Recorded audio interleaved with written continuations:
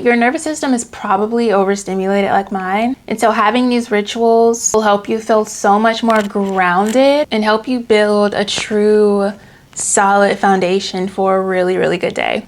I used to talk about how much of a morning person I was not, but I think that's just because I didn't know how to do mornings. I didn't know what time felt natural for me to wake up. I didn't know what habits and tasks to include into my morning routine. I also didn't know how crucial having a good morning routine was. I basically had to unlearn everything that I was taught on social media about morning routines, all the things that a lot of people romanticize on social media, the 5 a.m. morning routine, the waking up and running 2-3 miles before 7 a.m., the being locked in and ready to go for work at 8 a.m. on the dot. Sure, that works for some people, but for me personally, it doesn't. For so long, I was trying to live up to that version that I thought I wanted to be in the mornings, and result and ended up draining me and making me resent mornings even more. So now that I've found the type of morning that I like, which is a very slow,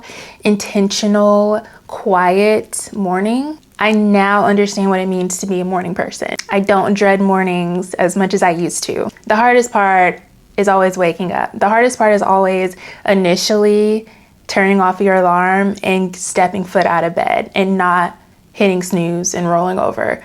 But after that, it gets easier when you have different systems and habits set up for your morning to create the best morning for yourself and for what your body needs. It feels so much more like something exciting, something that you get to do and not something that you have to do. Productivity is not about burning yourself out or adding more to your plate. Productivity does not have to mean chaos or urgency. It's not about doing more. It's about how you can do these things while also feeling calm, prepared, clear, and present. As the version of you that's going to be able to go through the day a whole lot easier. So here's some must-haves for me, at least, that I've added to my morning routine in a way that actually regulates my nervous system. As of lately, I've been going to bed at 10:30 and waking up at 6:30. That gives me about 8 to 9 hours of sleep, depending on if I actually go to bed at 10:30. But typically I like to have about 9 hours of sleep. That's when I feel my best. I kind of feel like I'm in my own world.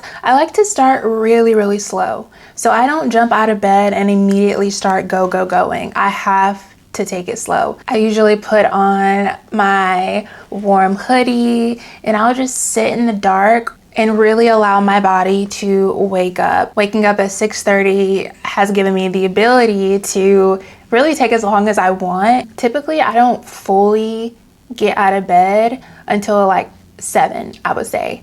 For those 30 minutes, I'm either journaling, I'm stretching in bed, giving myself a little massage, or reading. Like, I'm doing something that will stimulate my mind without me having to exert hella energy. Because it's a whole lot easier getting out of bed once you're awake and alert up here.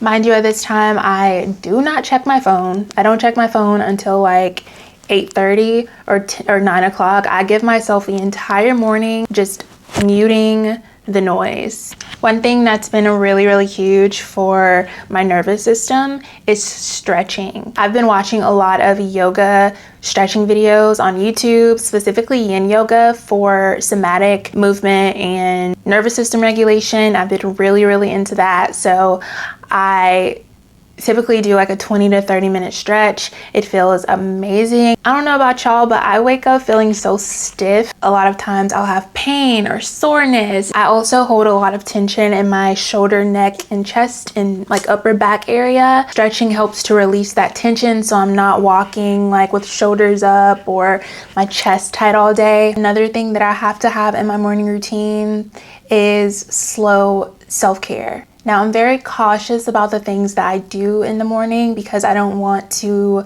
overwhelm myself. I like to be very basic in the morning. Obviously, I'll brush my teeth, I will do my skincare, and I will make my bed. Those are the 3 chores that I try to be very intentional about in the mornings, and none of this is rushed. I'm very slow, intentionally slow with every movement. It just sends signals to your brain that it's okay, that you don't have to be in fight or flight this early in the day. You're not in a race.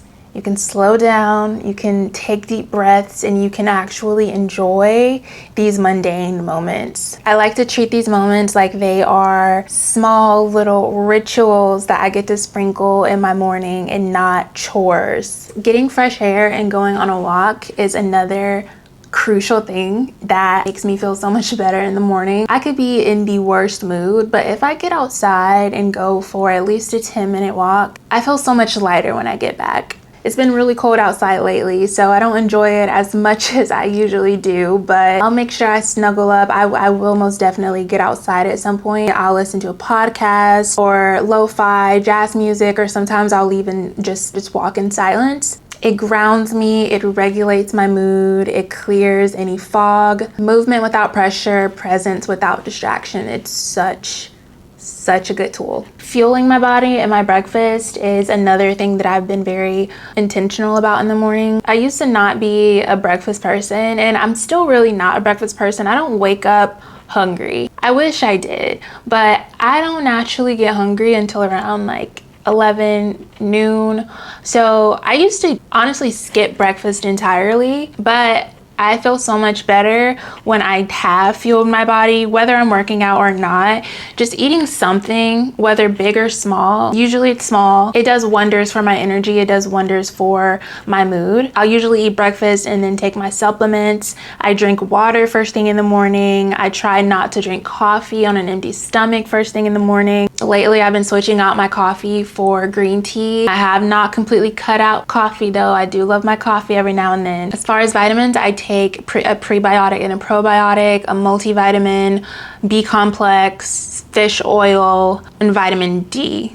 And I feel like I'm missing like 1 or 2 other ones, but I have a lot of vitamins. So I'll usually alternate depending on the season, but lately those are the ones that I've been taking. Last little practice, journaling. You guys, journaling has been so good to me lately. All of these things, like they don't come natural for me, and journaling is one of the things that really never came natural for me. I would always try to get into journaling, but I could never sustain it because it always felt more like a chore. Honestly, it felt like homework until this year. I have a few journal prompts, and I also just have like regular notebooks that I like to journal in. Lately, I've been doing morning pages, which if you are familiar with this book, The Artist's Way by Julia Cameron, you know about morning pages. I feel like everybody, especially every like creative, has heard about this book. I'm only on week 2, but it's so good, so informative, especially if you are an artist or a content creator or just a creative in any kind of way. You have to read this book. One of the really big tools that she teaches in this book is morning pages. Basically what it is you wake up, you get your journal, you write 3 pages from your stream of consciousness. It could literally be about anything that you want it to be. And this is really good for someone who's constantly using their creative brain. Just kind of takes the pressure off of it, you know? It gets the juices flowing. It also helps get the fog out first thing in the morning. Really helps you just unload all of that anxiety or stress or overthinking onto paper, so it's not running in your mind all day. I think my big thing with the journaling was I thought it was supposed to feel poetic all the time. That is like literally not the case. Journaling is supposed to be honest. It doesn't have to be perfect. And this practice has helped me to reframe that mindset. Some days it's really messy. Like this morning, I had no idea what to talk about. Some days it's inspiring and affirming. Regardless of where the morning pages or your journaling exercises take you, it's going to give you that mental clarity. Those are the things that I've been adding into my slow morning. Having a slow morning does not mean having an unproductive morning. It actually means the opposite. When I take care of myself first thing in the day, I feel so much more aligned and capable to take on everything else that I have to do. Even if it's not a slow morning that you want, I hope that this video motivated you to at least find your own lane when it comes to your morning routines and figure out what your body needs and what you respond well to. It's all about finding what helps you start your day grounded, intentional, regulated, and confident. Anyways, that's all. Thank you so much for watching, and I will see you in my next video.